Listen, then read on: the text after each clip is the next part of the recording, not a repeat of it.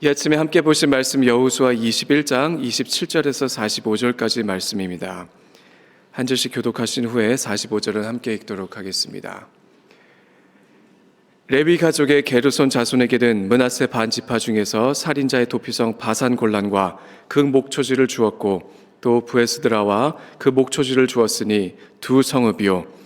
이사갈 지파 중에서는 기시온과 그 목초지와 다브랏과 그 목초지와 야르뭇과 그 목초지와 엔간님과 그 목초지를 주었으니 네 성읍이요.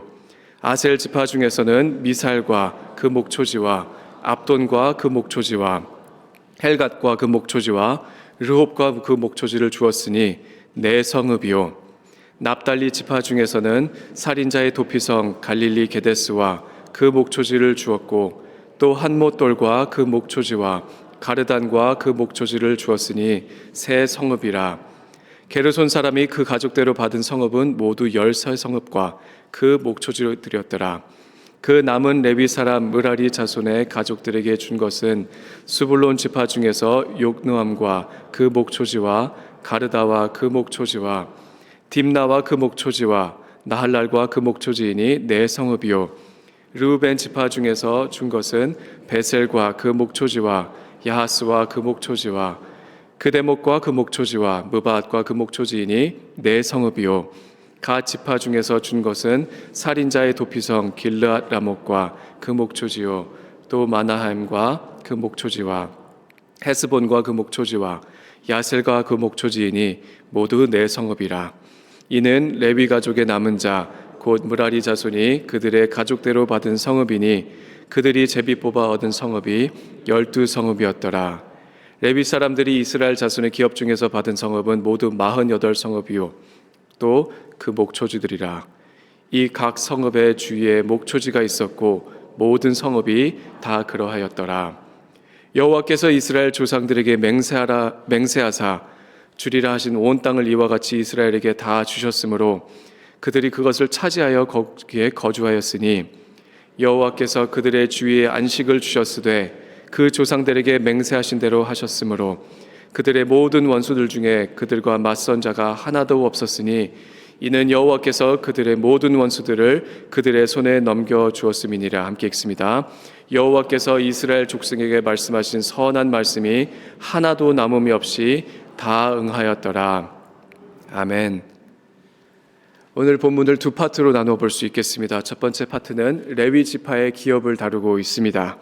48개의 성, 레위 지파 아론, 그핫, 게르손, 므라리 자손들이 받은 기업을 기록하고 있습니다. 한 가지 볼 것은 아론의 제사장들, 그 제사장들을 하나님께서는 예루살렘에 가까이 두고 계시죠.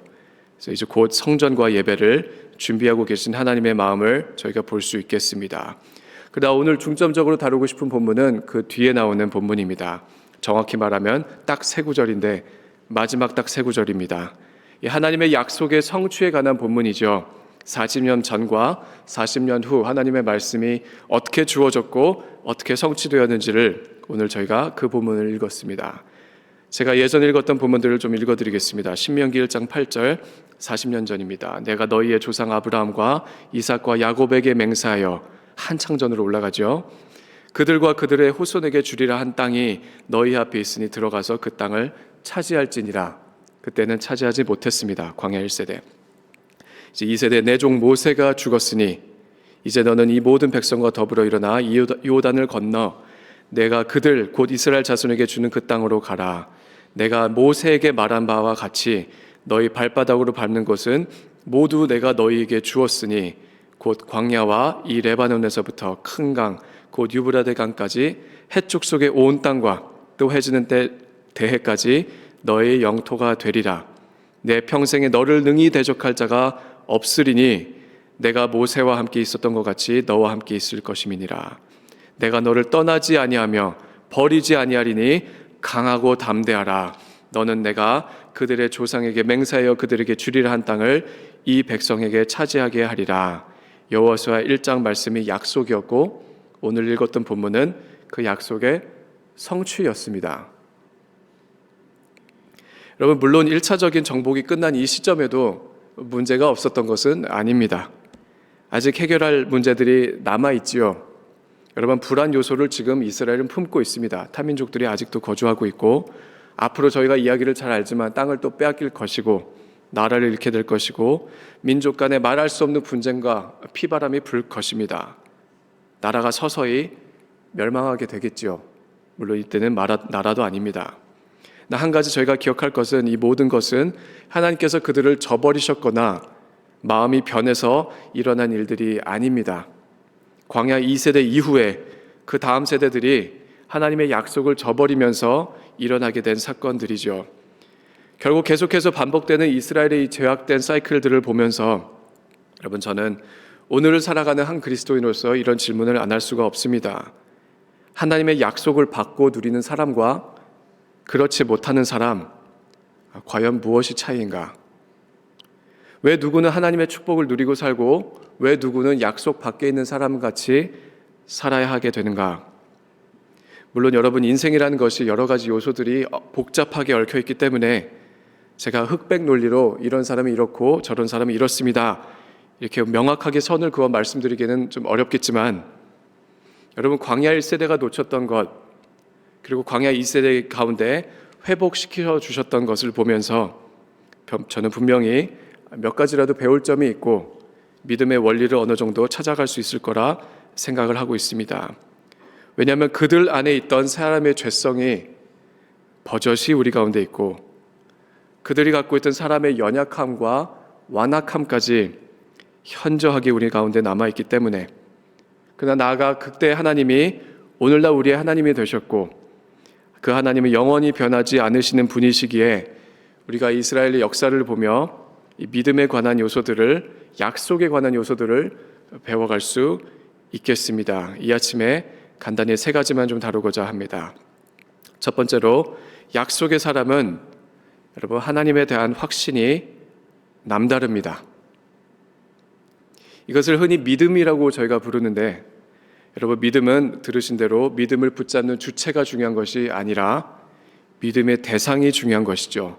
내가 대단해서 믿음이 좋은 것이 아닙니다. 그건 착각이죠. 내가 아무리 연약하다 할지라도 그것도 착각입니다. 나 위대하신 하나님이 계시다는 것이 믿음의 능력이 됩니다. 이것이 광야 1세대에게 부족했던 것입니다. 민수기 14장 말씀을 제가 함께 읽겠습니다.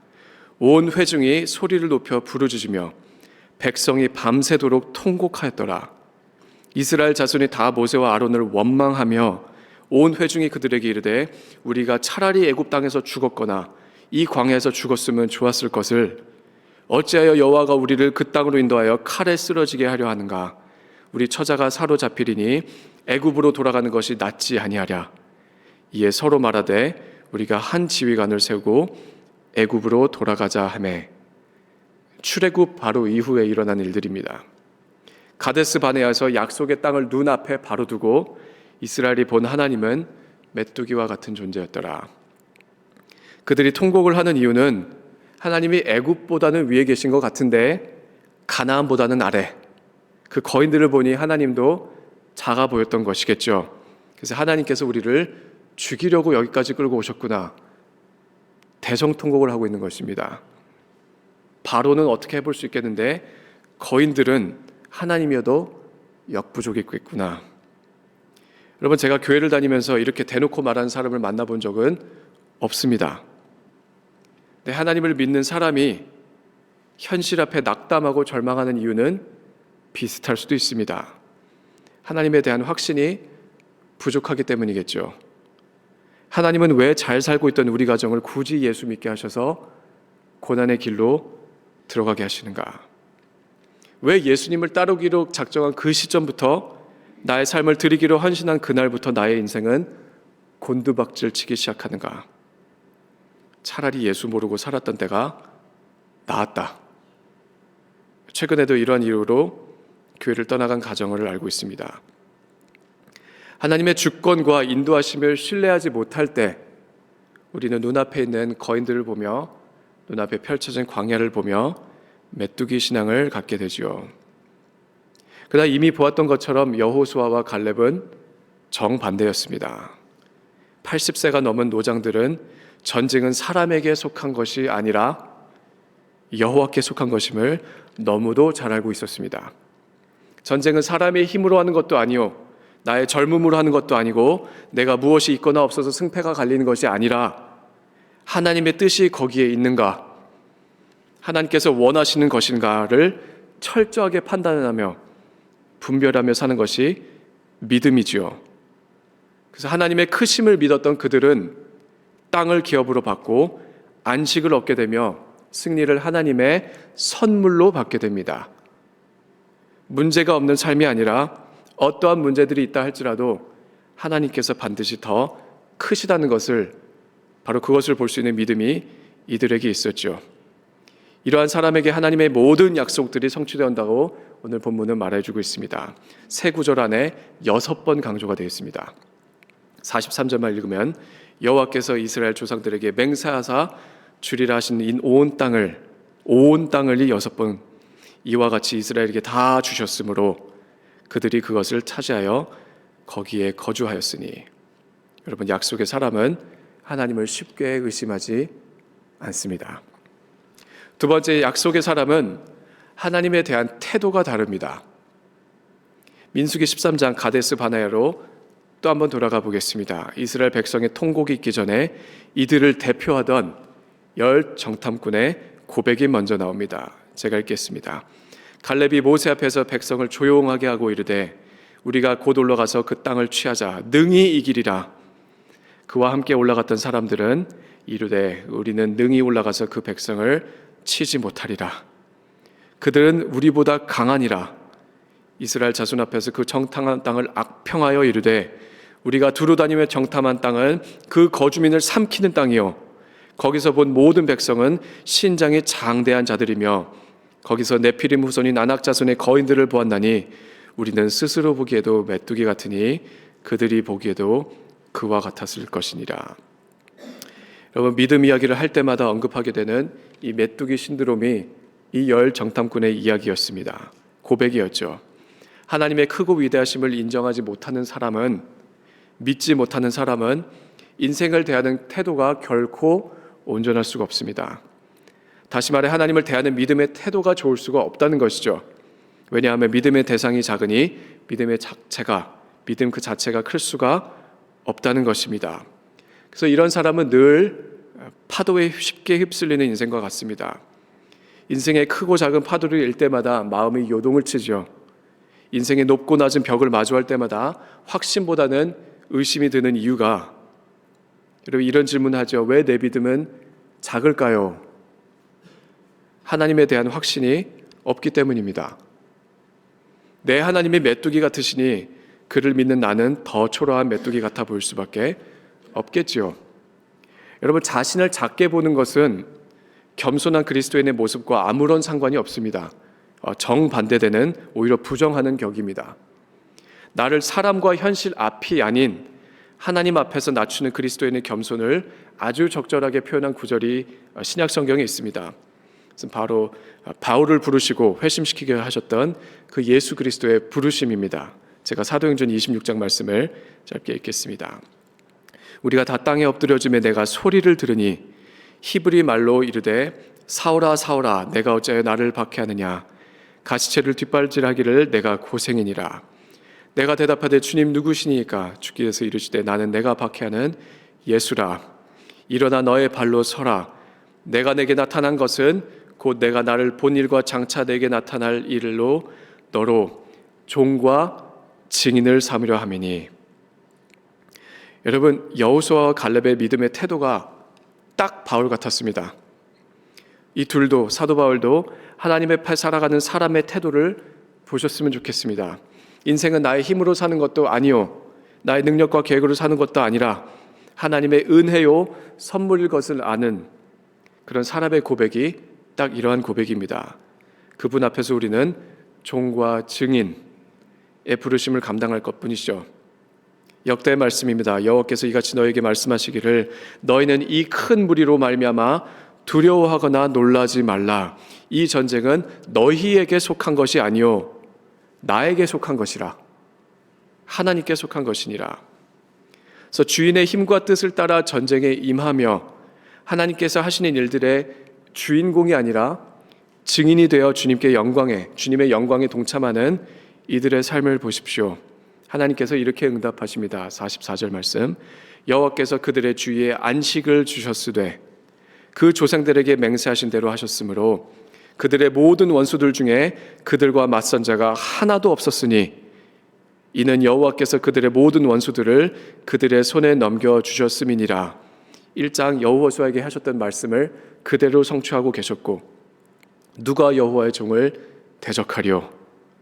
약속을 주신 이도 하나님이시오 승리를 주신 이도 하나님이신 것을 증명하고 계신 것이죠.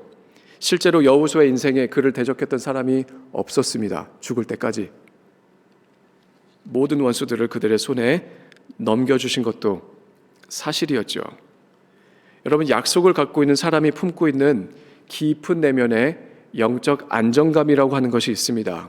이것은 자신이 종과 증인으로서의 부르심이 확고한 사람일 때 가능합니다.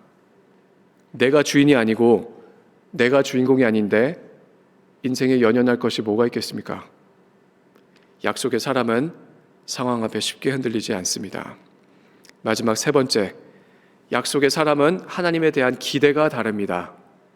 저는 개인적으로 이 부분에서 가장 찔림이 컸습니다. 민수기 14장 말씀을 제가 다시 한번 읽겠습니다. 이스라엘 자손의 온 회중에게 말하 이르되 우리가 두루 다니며 정탐한 땅은 심히 아름다운 땅이라. 여호와께서 우리를 기뻐하시면 우리를 그 땅으로 인도하여 들이시고 그 땅을 우리에게 주시리라. 이는 과연 젖과 꿀이 흐르는 땅이니라. 다만 여호와를 거역하지는 말라. 또 그 땅 백성들을 두려워하지 말라. 그들은 우리의 먹이라. 그들의 보호자는 그들에게서 떠났고 여호와는 우리와 함께 하시느니라. 그들을 두려워하지 말라.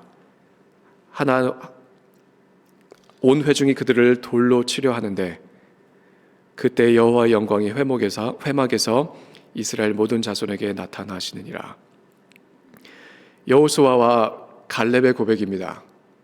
가데스 바네아, 정확히 같은 시점에서 같은 장소에서 그들이 보고 바란 것을 기록한 것이죠. 여러분, 가데스 바네아는 이스라엘과 또 사람의 믿음의 그 바닥을 보게 되는 것입니다.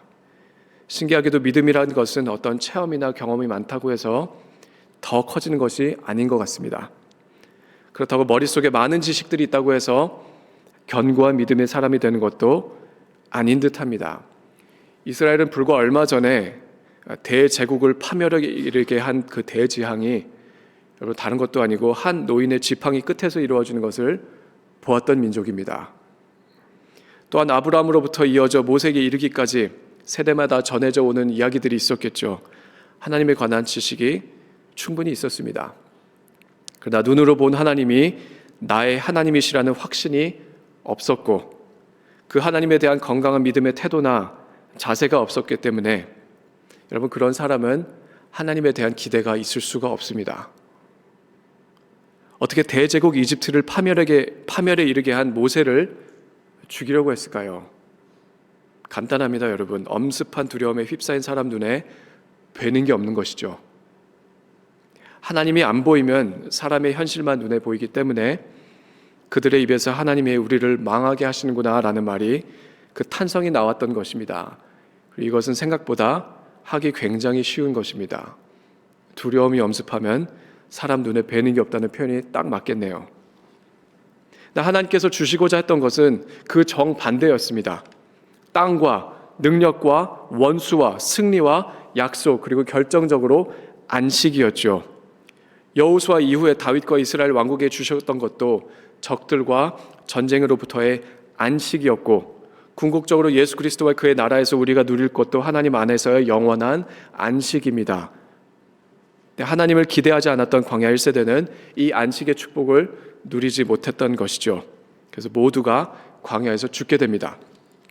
여러분, 오늘날 우리의 인생이라고 다를 것 하나도 없습니다. 내 스스로의 믿음이 강하다고 생각할 때 있겠지요.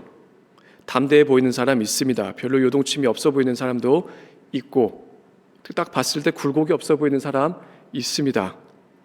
내 심장이 뛰는 것은 젊었을 때의 혈기이지 어른이 될수록 안정감이 필요하다고 생각하는 사람이 있을 수도 있죠.